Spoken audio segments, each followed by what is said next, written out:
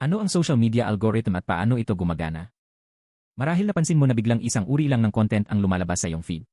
Mga video, balita, recipe at mga usapang pinutol ay lumalabas na parang alam ng network kung ano ang panoorin mo. Hindi iyon samba. May sistemang nasa likod ng screen na nagdedesisyon kung ano ang umaangat, bumababa at kung ano ang hindi man lang makakarating sa iyo. Iyan ang tinatawag nating social media algorithm. Ano ang social media algorithm?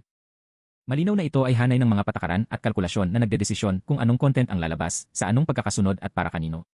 Sinusuri nito ang mga signal ng iyong pag-ugali at bumubuo ng personalized na feed sa halip na ipakita lahat ng kronolohikal. Para itong napakalaking filter. Sa milyon-milyong posibleng post, ilan lamang ang pipiliin nitong ilagay sa harap mo habang nag-scroll ka. Ano ang inoobserbahan ng sistema sa iyo? Pinapansin nito ang maraming signal. Ano ang nilalik at kinokomento mo? Gaano katagal kang nanonood ng video o nagbabasa ng post? Sino ang madalas mong ka-interact? Oras na madalas mong pag-login? Mga format na nakakahatak ng atensyon mo tulad ng mabilis na video o sunod-sunod na larawan. Lahat ng ito ay tumutulong sa sistema na maintindihan kung ano ang may tsansang magpanatili sa iyong interes ng mas matagal. Paano ito nagdedesisyon kung ano ang lalabas sa feed? Pagkatapos makuha ang mga signal, gumagawa ang platform ng prediksyon sa bawat content. Sinusubukan itong hulaan kung gaano mo ito magugustuhan, re-reaksyonan o i-share. Ang mga post na may mas mataas na potensyal ay mas kitang-kita. Ang mababa ang tsansa halos hindi mo nakikita. Kaya minsan ilang beses mong nakikita ang parehong video at hindi mo namamalayan na may iba pang content na natago. Paano nakikilahok ang artificial intelligence?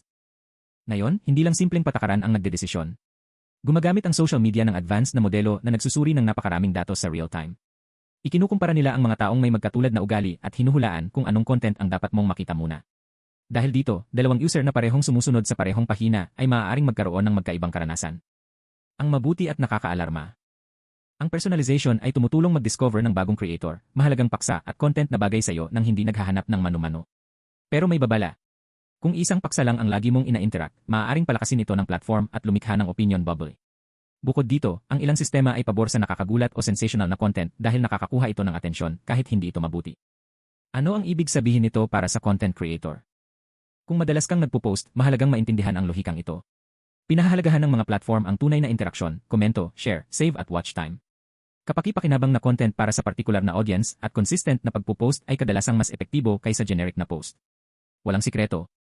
Ang tunay na gumagana ay ang patuloy na pagbigay ng halaga. Buod na dadalhin mo.